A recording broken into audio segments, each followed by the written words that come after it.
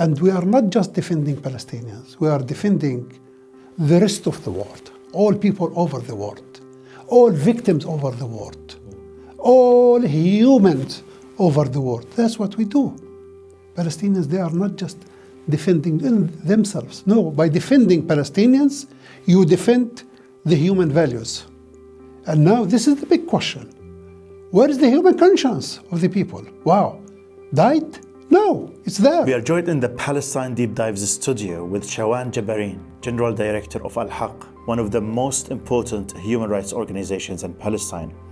He is in London to take the UK government to court over its role in supplying parts of the F-35 fighter jets, which is a key piece of weaponry Israel has used to carry out its genocide in Gaza. It is also likely that this plane was used to kill my family in October 2023 in Gaza. We're going to talk today about the legal case, international law after the genocide in Gaza, the situation in the West Bank, and the Israeli war on human rights defenders in Palestine. Mr. Shawan, thank you very much for joining us in Palestine Deep Dive today. Thank you. So recently, we knew that you are taking the UK government to court over its complicity in the war crimes and genocide in Gaza, because the UK government is supplying Israel and the Israeli army with parts of the F-35 fighter jet parts. Can you please tell us what is this legal case and what happened in the courtroom? Before the genocide, the case started in 2016, regarding the arms sales and arms trades with Israel.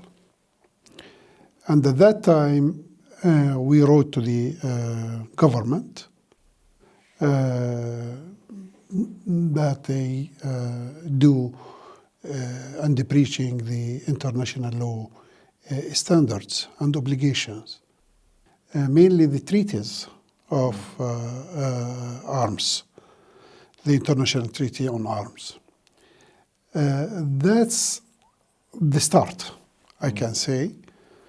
And the responses, it wasn't encouraging us. The responses from the state, they denied that it's a breach. Even they didn't disclose information regarding their relations at that level. And we continued just step by step. It's not easy, sometimes to go directly to the court.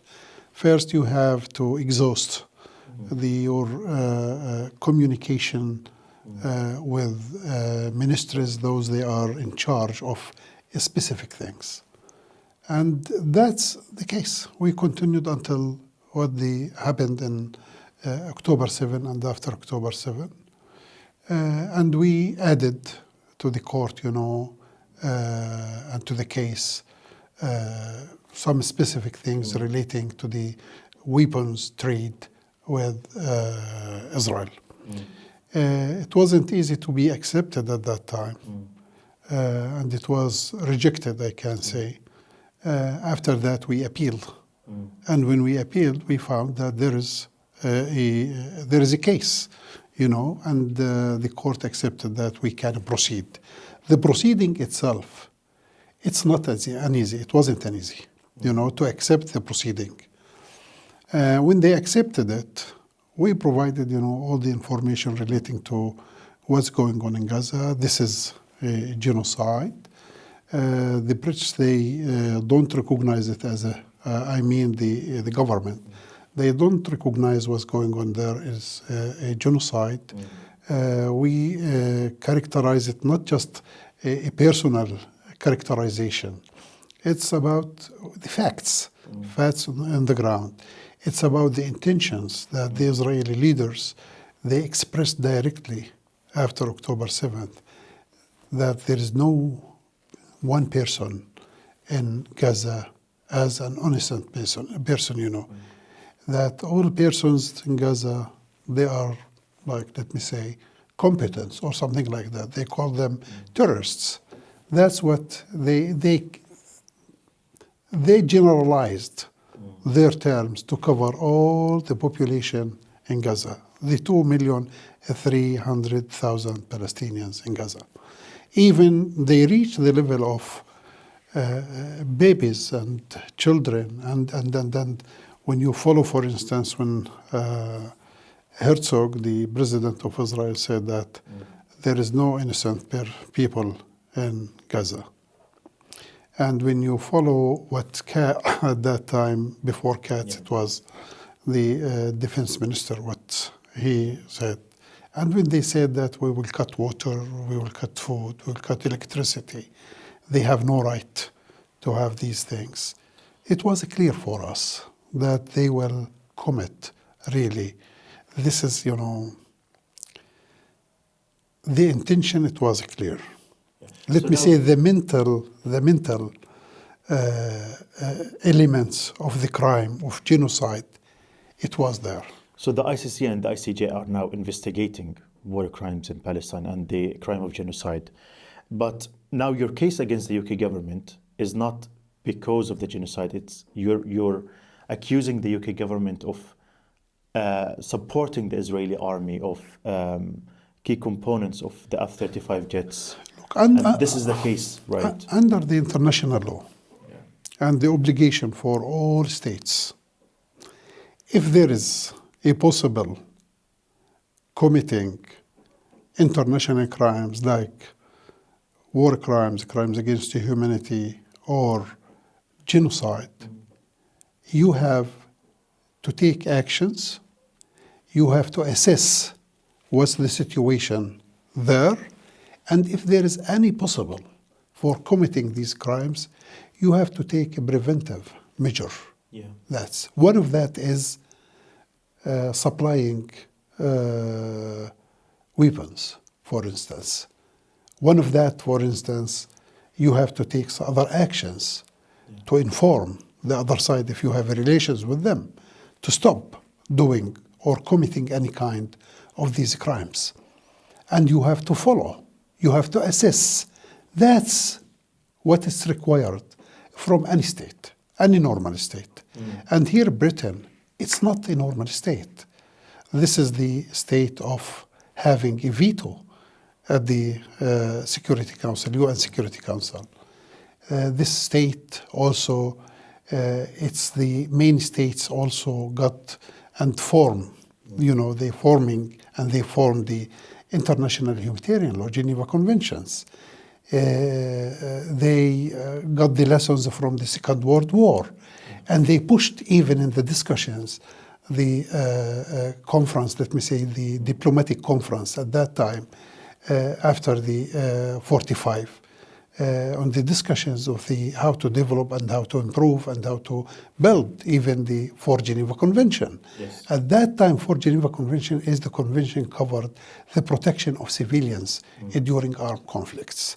That's because London, it was suffered at that time in the Second World War. That's what we say, this is not a Palestinian invention. This is, the European invention, the international humanitarian law. And here we said, you have an obligation. You have to respect that. And this is part also the crime, war crimes mainly. It's part of the UK domestic and the local level, the legal level. You can follow and you can go after the criminals. And it's an obligation. This is part of the English law these days. That's, the main thing. We said you have an obligation not to do all of these things. And the UK, not only they're not pursuing war criminals, but they are also participating in this genocide. So now let's talk from a legal point of view. Do you think that the UK government and the ministers in the UK are being complicit in these war crimes in Palestine, or actually participating? Because we know that the British government is supplying Israel with weapons to Israel. We said that they are complicit, with the genocide taking place in Gaza. That's how? By continue providing weapons to Israel, which used also in Gaza. different. They said that the components, that the devices, that the things that they provide to Israel, maybe this is defensive. What's defensive means, when there is attacks, when there is offensive, operation in Gaza. Because the Israelis, they carried out not a war only. If sometimes when we say war, you speak about two parties in that. It's not a war. This is not a war on Hamas. This is a war on Palestinian people. That's the case. If we want to use the war, yeah. But because of that, we use the term and the of offensive over Gaza. That's what's going on. It's not defensive. It's not reactive. It's proactive. It's part of ideology, part of politics. There is a political plan behind it. The political plan is not started on October 7th. The political plan started even before 48. It started even in 2019, 1917 at that time, when Balfour, make a declaration that the Zionists and the Jews, they have a right, blah, blah, blah, blah, all of these things. That's the case, what started.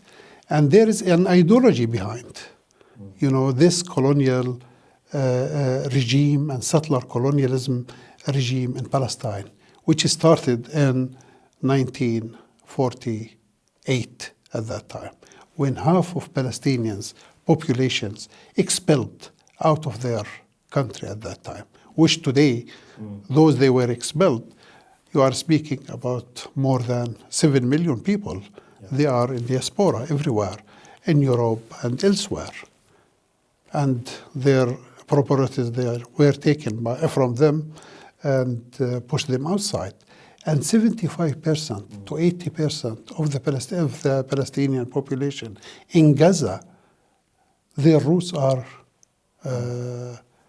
refugees. Yes. Refugees from places around Gaza, from Jaffa, from different places in Palestine. So how confident are you that you can win this case against the UK government, knowing that there were some attempts previously that were not successful? Look, we trust, the judiciary system in Britain. And now we knocked this system to take care of our case. It's not a political case. It's a legal case, 100%. And when victims, the doors are closed before them, and no one provide any protection to them, they have to go peacefully, legally. This is what we do as an organization. We do it as a legal, peaceful way.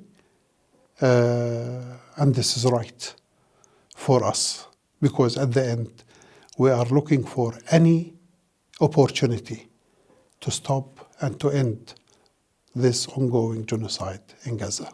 Mainstream media refuses to cover the reality of Israel's genocide in Gaza, and especially UK government participation. If they did their job, there is a chance the genocide might be brought to a close. But they don't, which means they are complicit. Palestine Deep Dive is holding Israel and its sponsors to account. But there are many obstacles for journalism like this, which means we need you. Become a subscriber to Palestine Deep Dive by donating as little as £2 a month to keep us strong and keep the Palestinian voices at the forefront of the conversation. Now, the ICC and the ICJ have been doing some work, like investigating war crimes in Palestine, investigating the possibility of Israel committing a genocide in Gaza. But all of the efforts taken by the ICC and the ICJ did not deter Israel from continuing its war crimes, its genocide against the Palestinian people. And that begs the question, if all of these institutions, the highest court in the land, doing its best to investigate war crimes, and that did not stop Israel from continuing its war crimes, why should people still continue to believe in the international law and all of these institutions and human rights organizations and your work, to be honest? Ahmed, you are not the only one who asked this question. That's not my question. I'm just hearing this question from so You many are right. people. Because people, you are not the only one. All the people over the world, mainly in Palestine, asking questions about the value of the international law. If it's not respected, if it's not implemented, when it's implemented selectively, with the double standards, applied here but not applied there, on the maybe nationality basis, on racism basis, on different things. And I think the people, they have a right to ask this question, and we are facing it on a daily basis. My response on that, even if there is no respect by states, we can also challenge them and keep it alive, because the problem is not in the texts. The problem is in the political will to respect, these values, these standards, and these obligations. Even, let me say, there is no law, and there is nothing called international law. There is a human conscience. Where is the conscience? To see, babies, children, mothers, women, men, civilians, innocent people, to be killed, like what's going on in Gaza, to be uprooted, to attack, homes on their heads, to uproot families, rest of families. Now we are speaking in this genocide, we are speaking about more than 400 families. I'm not speaking about nuclear families. I'm speaking about extended families. They were uprooted. It means that they were dropped from the civil registration file. That's what's going on. It doesn't need law. It doesn't need, a court to decide about that. It doesn't need. It needs, just a human conscience. Those they do believe about the humanity, dignity of people. Everywhere, not for Palestinians. More than that, I have been repeating this so long. I said to the people, don't stand behind Palestinians because they are Palestinians. Stand behind their cause, if they have a just cause or not. If the Palestinians, they are a people, have a right to live free from occupation, free from oppression, free from oppressive regimes, to live in dignity. That's what we ask for. And if you feel that Palestinians, they deserve that, you can stand behind. And you can see, watch, hear, look, and after that, you evaluate. It's not just, I have to wait for the court, the ICJ, for instance, which takes years to decide if what's happened in Gaza, it's a genocide. We have our minds. We have our brains and our hearts. That as a human beings. It's clear. If this is the common, let me say, values that the Israelis speaking about when they say, when they come, for instance, to meet with the officials in Europe or with the others, this is their narrative. We have a common values, between Israel and the European countries and democratic countries. If this is the common values that they are speaking about, it to kill children, to destruct, to level Gaza, for instance, to uproot everything in Gaza, and to put people in starvation, and to attack and to destruct, the hospitals, clinics, no facility to provide, health care of people. Where is this happened?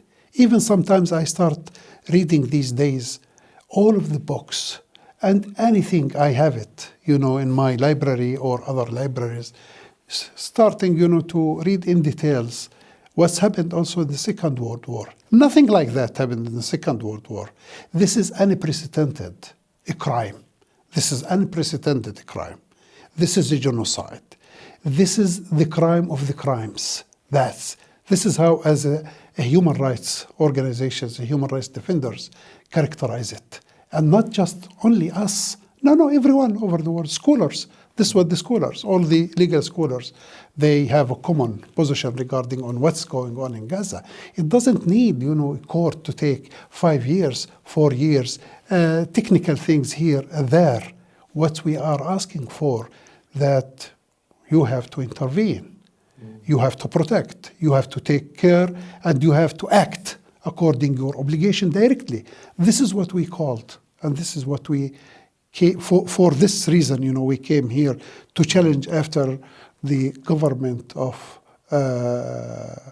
UK closed its eyes and said that there is nothing called genocide in Gaza. Wow! When I was in the courtroom just a few days ago, and here, the response of the legal representatives of the state saying that there is nothing like that happened. Wow. What's going on there? What's going on there? That is the question. What is going on there?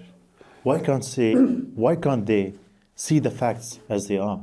They don't want to see that for political reasons, not for human reasons. It's not for legal reasons, because they want to distance themselves from taking actions. Part of actions, sanctions. Part of actions not to provide any thanks, to Israel, to carry out their and to continue carrying out their genocide. Speaking of sanctions, now we see that the U.S. government, the most powerful government in the world, they're not only sanctioning Israel for committing a genocide and human rights violations in Gaza, and they're not cutting their arms trade to Israel, but they're also going as far as sanctioning the ICC and Karim Khan and his staff for investigating Netanyahu and Gallant for war crimes. Are you worried that the U.S. might come after Al-Haq for the work that you do? Might be, you don't know. They are, sanctioned the ICC and mainly the prosecutor, the international prosecutor of the ICC. And they also threatened anyone cooperate and have anything in relation to Israel and also in relation to their allies on the US before the ICC has to sanction them as individuals or institutions. That's the case. Means that they want to close the door before any justice system. They want to close the door before justice. They want, I think, to say, and this is what some of the American officials said, and parliamentarians also. They said this body called ICC, International Criminal Court, it was founded to go after the South, global South. And things like not, against Americans or Europeans. If that's the case, I would like to hear, what's the Europeans' reactions on that. This is said publicly. This is said also in the confidential meetings and also the media. They addressed all of these statements. But what's the reaction by the European countries? What's the reaction by other countries? What's the reaction by Canada, for instance, regarding that? Australia, regarding that. I think here, when you start differentiating between people and race, on the basis of race, and ethnicity, and color, I think this is the catastrophic things that we are facing these days. Another thing is, where is the rule of law? If there is no rule of law respected, implemented, it means that we will face rule of jungle. If that's the case, that they want us to. I think we already live in the rule of the jungle right now. If you have ears in the European, on the Western governments, what would you like them to do? Do they go and sanction Israel? What should they do watching the Israeli army committing all of these war crimes in Gaza, killing children and babies and men and women and starving the population? What should governments here in the West do? They can do a lot of things. Israel depends on their crimes, depends on the facilitation and help and support of the others. When it comes, for instance, to the economic level, they have an agreement. There is there is between EU and Israel, there is an association agreement. And Israel, benefit from that agreement every year, billions, not millions of dollars, on research and the cooperation here, there, on different levels. And they have a free tax also when it comes to their products and goods. And this, the origin of many of products, it's West Bank, the occupied territory. It's a Palestinian land. It's a Palestinian water. That's what this colonial regime, benefiting from all of these things, and the goods of the settlements, which the UK recognize it as illegal, and it's also in a violation of the international humanitarian law.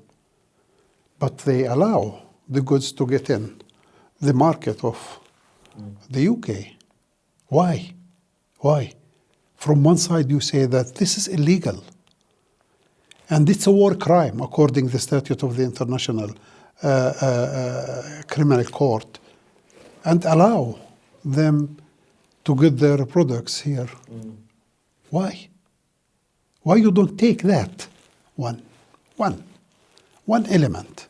Why you provide weapons to Israel, and when the Israeli use it to kill children, to kill women, to kill men, to destruct even their homes, to destruct their life, to destruct also the hospitals, clinics, and everything, and leave them without drinking water, leaving them now without food, the starvation. Just yesterday, the World Health Organization said that 57 children, they were died because of starvation. They have no food. That's wow. It's happened in the 21st century, these things.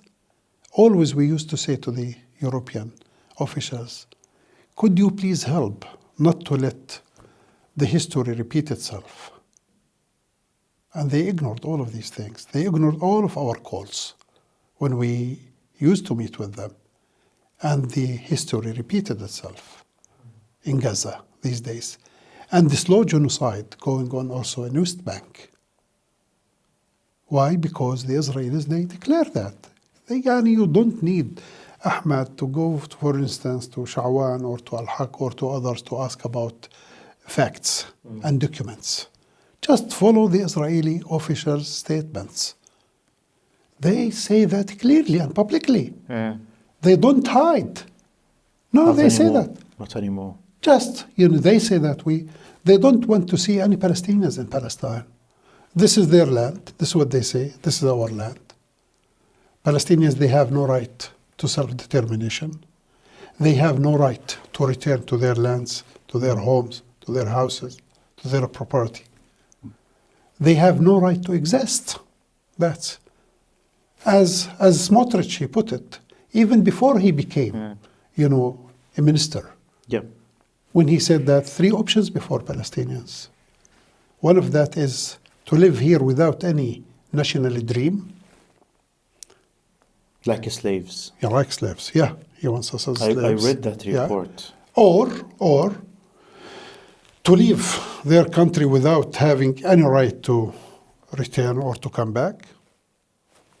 And we are ready, he said, we are ready even to facilitate before them to transfer, us from our country, our land. Or the third options, if they don't want the first or the second options, the third one is that our army will deal with them. Deal with them is killing them. This is what he said. And it's the same with Netanyahu. But Netanyahu, he knows well, how to deal with the public relations. When he speaks sometimes, I'm not using this sensitive words, but also he himself, he said that this is a Jewish land. Palestinians, they have no problem with the Jews. We have no problem with the Jews. Palestinians, they have a problem with the racist ideology, with the racist body called the Zionist movement. That's the Palestinians, they have a problem with the state of Israel and its racism, culture, racism ideology, and also the practices. It's an apartheid in Palestine. Not just in West Bank. In West Bank, in Haifa, in Jaffa, everywhere against Palestinians. And Al-Haq, a human rights organization, was the first organization to call it an apartheid. I can say yes, and also with other organizations. After that, become as a common narrative. And common this is position. what we were trying to tell the world from the very beginning, that we, the Palestinians who are living in Palestine, we know what it is. Yes. It is apartheid. And we in Gaza right now, we know what it is. It is a genocide. We don't need experts to tell us this is a genocide or not. So when will people will really understand and believe the Palestinians when we tell them things? I think these days is better than before. I think the nature of this settler colonial regime, this occupation, illegal occupation, which the ICJ, ruled on the question in their advisory opinion in last July, it was clear. They said this is illegal occupation. This is unlawful occupation. It has to be ended as soon as possible. Yeah. And what's going on in Palestine, it's crimes. It's war crimes, crimes against humanity. And they said, that's the case. And more than that, they said this third state parties, they have to respect their obligation and to take all necessary measures, to help in ending the occupation. That's what they said. And so also the General Assembly resolution last year, in September last year, it's clear. Yeah, it's clear in that. Now, every human rights violation has been committed in Gaza. We know that for a fact. And above that, the war crime, the crime of all the crimes, genocide. Now, for the past 18 months, everyone has been talking about these war crimes in Gaza. But since you are from the West Bank, explain to us the situation in the West Bank. West Bank now, the Israelis, they cut off between villages, cities, towns. Every community is alone. Israel, they can close every community and become, as a prison, maybe big prison, maybe cell, something like that. Because they can close in 5 minutes, they can close everything. When I say every town, every village, every city has metal gates on all of its entrances. Metal gates, like a metal prison. gates, and also concrete blocks. Yeah, they put it there, and they can close it anytime. They locked it just in 5 minutes. That, and also checkpoints everywhere. Sometimes you think that you will go to a place, it has to take you 5 minutes. It takes you 5 hours to reach that place if you use your or if you drive. This is an issue. Another thing is, these days, the continuing killing of Palestinians and shooting, and here we say shoot to kill. That's the policy that they have. And we have a big number. They were killed just this year, the year before. What's going on in the northern side of West Bank, in Jenin refugee camp, for instance. They destruct hundreds, thousands of buildings. They destroyed it. They demolish these, arbitrarily speaking, and now they are open big roads. And now more than 42,000 Palestinians, they became displaced persons outside. And they used to live in these buildings, but they demolished these buildings. And this is a war crime. And this is crimes against humanity. It happens, systematically. It's not an isolated incident, or let me say, as a reactive, or for military necessity, nothing like that. It is a system of control. For political, a plan that they have. They want to squeeze the life of Palestinians, to push them outside of their land, outside of their country. That's the case. They want to transfer them. And this is a way, how they build an environment around them when it comes to the economic part, when it comes, to the physical, when it comes to the social. I think they want to engineer, the social fabric of Palestinian society. That's what they want to do. They want to kill, and they want to localize, even the mentality of Palestinians. This is the conscience of Palestinians. That's what they do. They want you to be busy with your daily life in your house, in your village only, and you have nothing to deal with your people in a West Bank, elsewhere, here or there. Even these days, the universities became a local universities, because it's not easy for you, for instance, to send your son or your daughter to this university outside of the area where you are living, because sometimes you're concerned about their life. There is no freedom movement, in West Bank these days. And you see that this is an environment pushing Palestinians outside. And you see now thousands of Palestinians, they ask, and they knock the door of the embassies, asking for visas to go to Europe, for instance.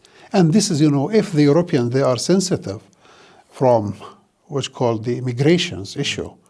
Israelis, they want to send them a wave of immigrants now to Europe. That's what they plan for.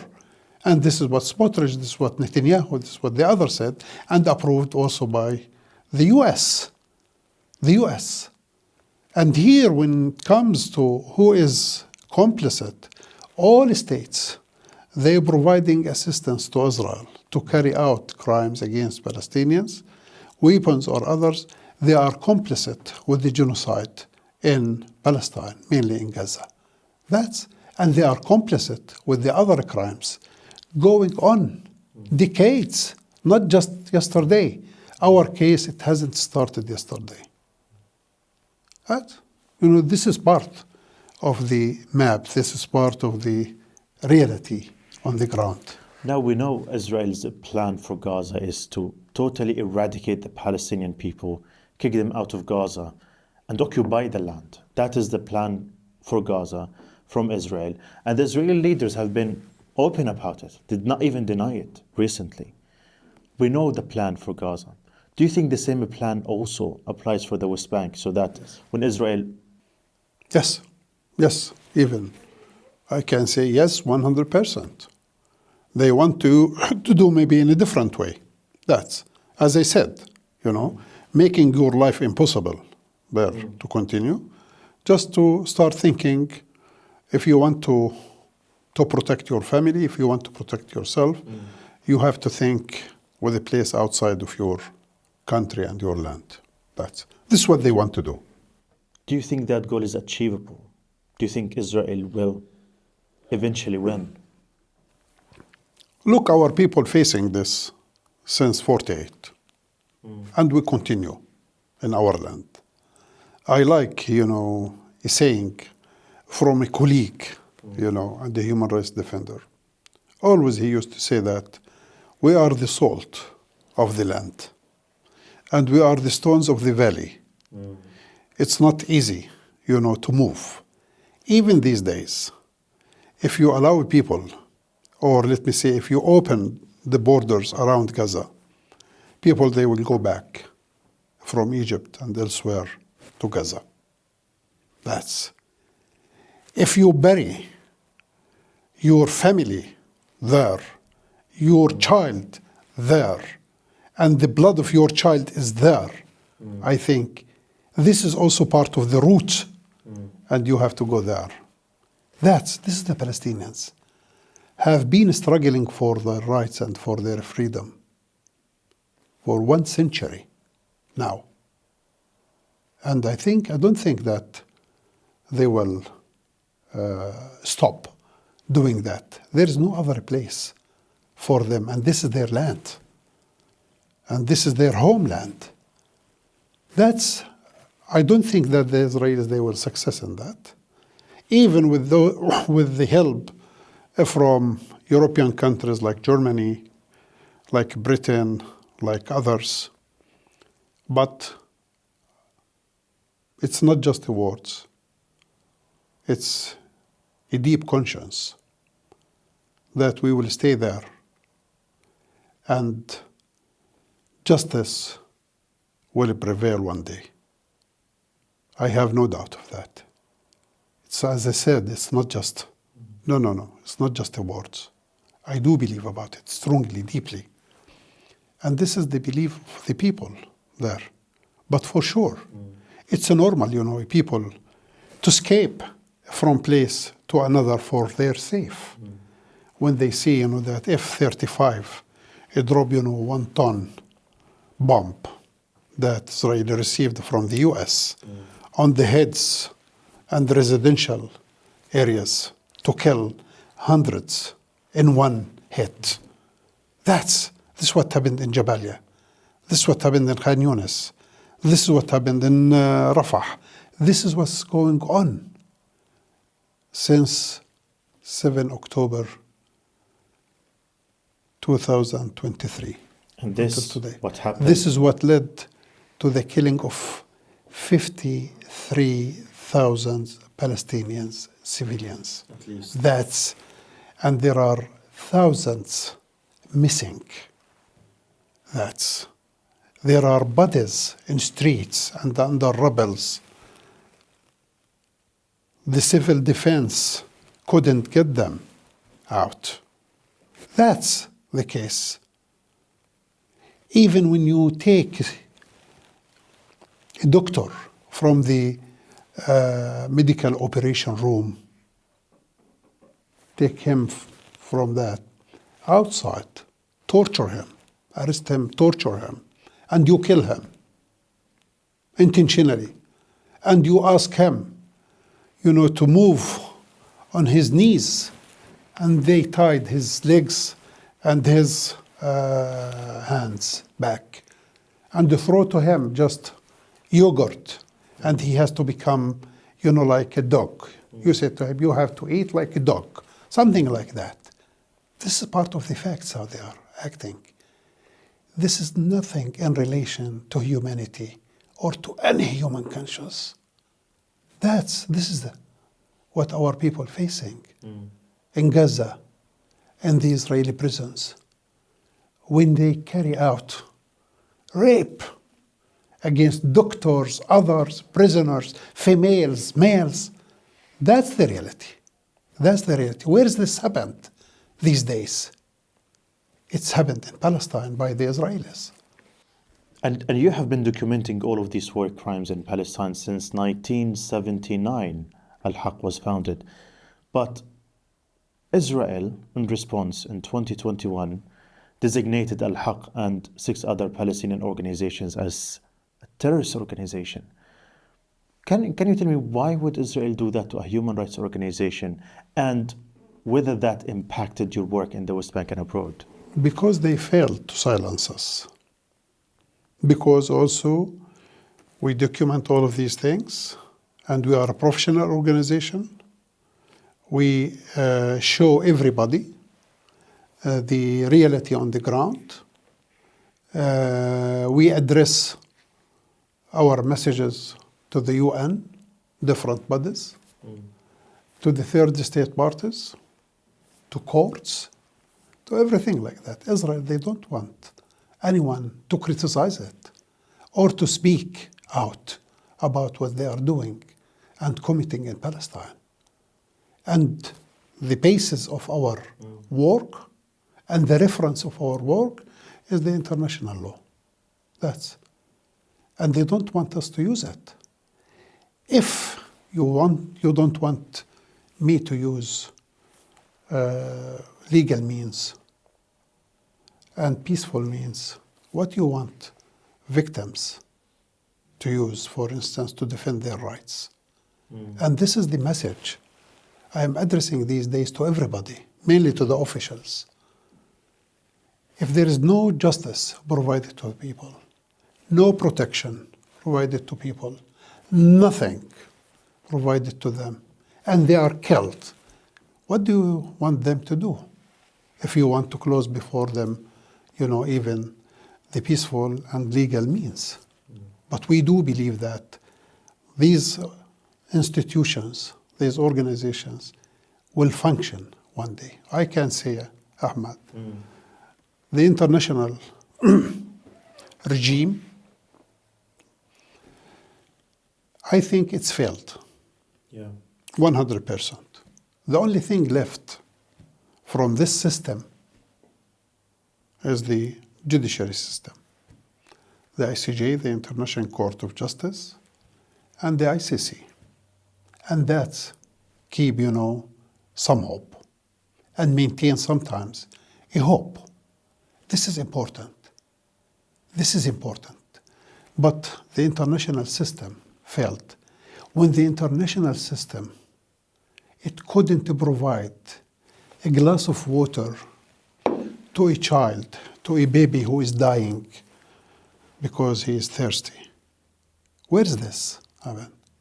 What's this, the third state parties? But in the same time, we see their reactions, and this is the double standards and the selectivity in acting according to these principles of the international law. We see, their reactions against Russia in relation to what's happened and what's going on in Ukraine. We are with. Please, do it. We have no problem. But could you please do the same when the Israelis now doing what they are doing? What you want me to say about you as a state, as UK, for instance? Could you please just implement and respect one element, one action? We need one action, 1% of the actions that you took against Russia. Why? Because we are not Europeans? Let's say that clearly. The people, they ask, and they have a right to ask. They have eyes, they have ears, they have brains to see, this is a double standards. And this will not serve and will not help humanity and will not help rule of law and it will not help peace, because there is no peace without justice. It's easy like that. It's ABC. No peace without justice and no security without peace. This is the case. And Palestinians, they have a full right, like any other people, to resist against, their occupation. To resist. Different ways, different means, according also the rules of the law. Against the rules of the international law. It's like that. But you don't want me to live in dignity, to be free from oppressions, persecution, from all of these forms of races. And you don't want me to use legal means and peaceful means. What do you want people to use? And then when you use these legal means, you're described as a terrorist organization. But you know, what's interesting about the Palestinian human rights organizations is that our staff, your staff, are not only an eyewitness to the human rights violations, you are yourselves victims of these human rights violations. And I read that you were detained many times by the Israelis. You spent 8 years in Israeli prisons, around 8 years in Israeli prisons and under administrative detention. Yes. So you had no trial or prosecution. You just had to spend 8 years of your life under administrative detention for no crime. Tell us, why would Israel detain a human rights defender for 8 years without even committing any crime? Why would they do that? And explain to us, please, also this situation for other Palestinians who this is a way to this is a way to silence you. This is a way to broken your effort. They think that this is a way. Why? Because they don't want you to speak about justice and rights for Palestinians. They don't want you to document and to speak out publicly and strongly according to rights and justice. They don't want you to use international law. They don't want you to say anything about this colonial regime and occupation. They don't want you, for instance, to speak about the Palestinians' narrative. And this is a ways to silence you. This is a way to exclude you. This is a way to undermine you. This is a way to, let me say, to assassinate your image. That's what they do. And they use this technology, just pushing an internet. Oh, he's a terrorist. And the Israelis, they are expertise in giving labels. Of course. And now here also, they are interfering in your democracy. You are living here, Ahmed. And the Israelis, they are interfering in your democracy. Just, could you please give me one key figure? One, let me say, academics or others criticize Israel, and the day after they didn't say that he is anti-Semitic. Anti-Semitism is an issue.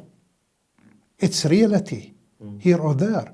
But when you exaggerate in that and just use it as a stick in your hands, beating one of the main front now, defending also the rights of Palestinians, Jewish Voice for Peace. And they have another name here, I think, in the UK. In our case, just a few days ago before the High Court, the big banners, it was raised by Jews here. Jews, those they have really a human conscience, those they are standing behind. The Israelis, they use, the Zionists, I can say, they use Jews, for their purpose, for their political agenda. That's the case. Because of that, I said to you that Palestinians, they have no problem with Jews. Palestinians, they have problem with other political body.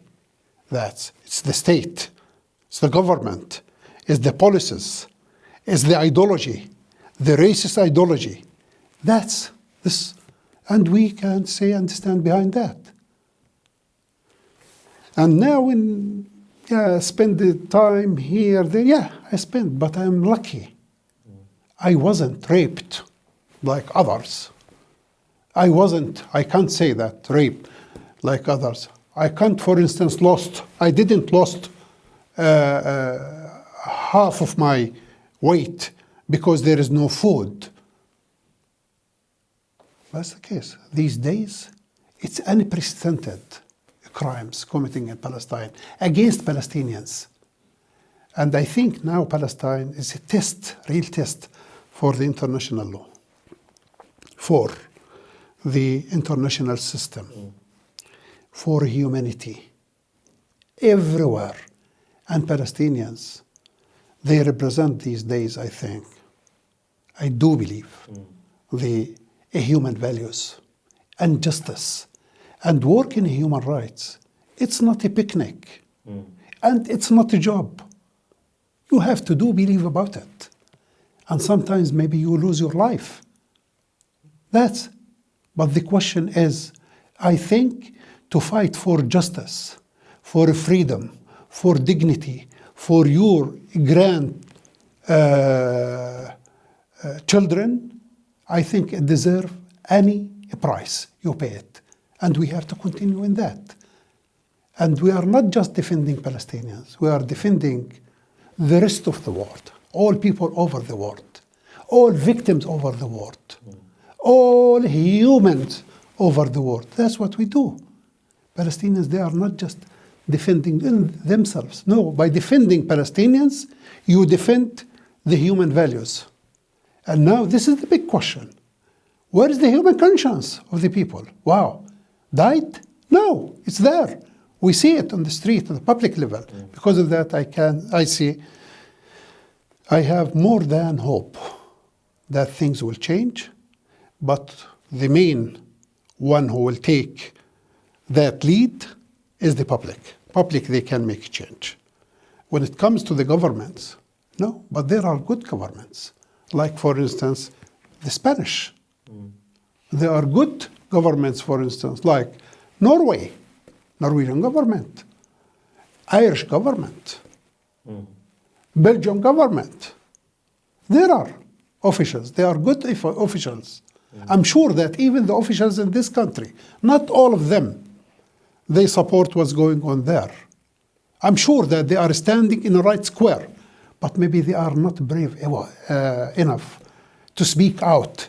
It's a time to defend the humanity over the world these days. It's important to stand behind justice and the human rights. It's important. No one can give a guarantee that his or her country will not be in conflict one day. And if we allow, the bad precedents to success and to continue, you have to feel that maybe tomorrow you face the same. Because of that, I think there is an interest for everybody to stand behind the justice values, human rights values, international law. The problem is not in the texts. The problem is not in the values. The problem is not in the standards. The problem is in the political system that we have. What do you say to those who are in positions of power and they know the truth and they know what's happening in Gaza and they're sympathetic to the Palestinians, but they are not brave enough to speak out? I think it's a moment of truth. Yeah, and each one has to ask himself, herself, where I'm standing. Not just in the right side of a history. We don't want, things to keep it just for the history. No. We want now to stand behind your values. Anyone stand behind Palestinians. Or let me say, taking a different position, he or she is standing behind her or his values and his human conscience. That's the case. Palestine, it represents, the human conscience these days. That was very, very powerful. And, we're running out of time. I really would love to talk to you more for hours, actually. Thank you, Ahmed. Dr. Shawan, thank you very, very much. I'm not doctor. I have no PhD. Yeah. Sorry about that. No. This is what happened all the time, with me. I said, no, I'm not a doctor. Yeah. I am an ordinary person. As I said to you, fighting even for my grandchildren. I would like to see them growing and living in a better life, in freedom and in dignity, without any kind of oppression or discrimination or. Yeah. Okay, can I ask you one last question, if I may? Few hours ago, I was speaking to my colleagues about the gravity of the situation in Palestine and how these moments and these times that we're living, they are an existential moments, not only for the Palestinians, but for the world. Can you tell me in your own words, what does this moment represent to humanity? I think it's the most difficult time. It's the most difficult time. And my concern is that the populist people, the fascists, to take, all people not to the right direction, to take it to the wrong direction. I think the humanity now, it's before a test. And everything is now changing here and there. But we have to maintain and to keep hope. And we have to act for that hope. How can you speak of hope in the midst of this madness?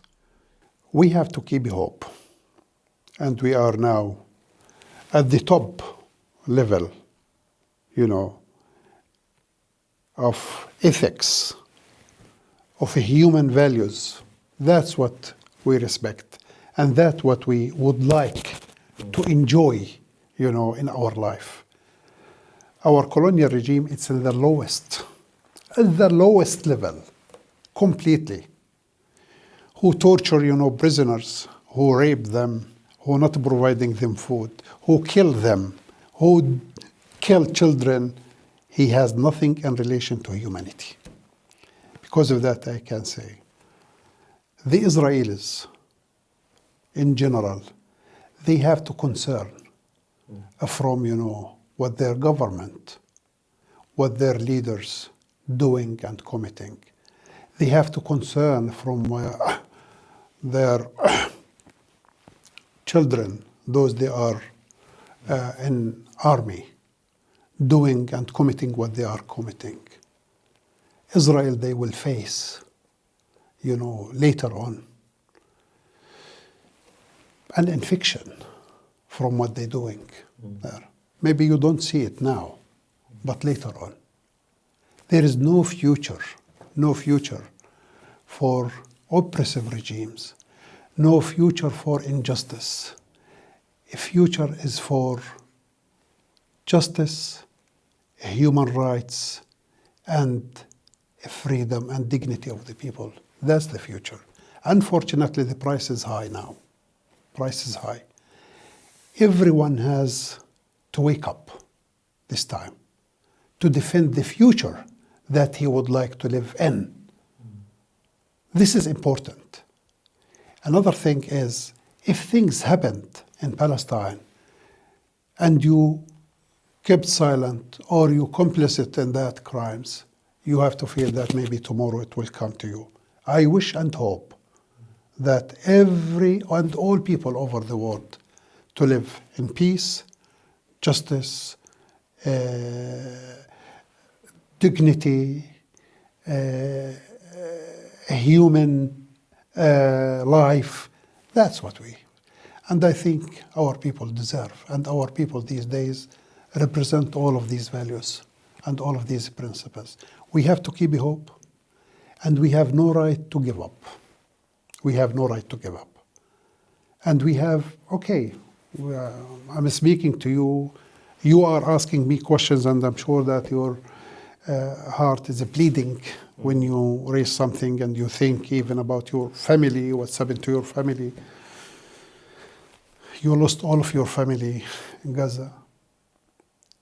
And you still asking questions relating to hope, human rights, international law.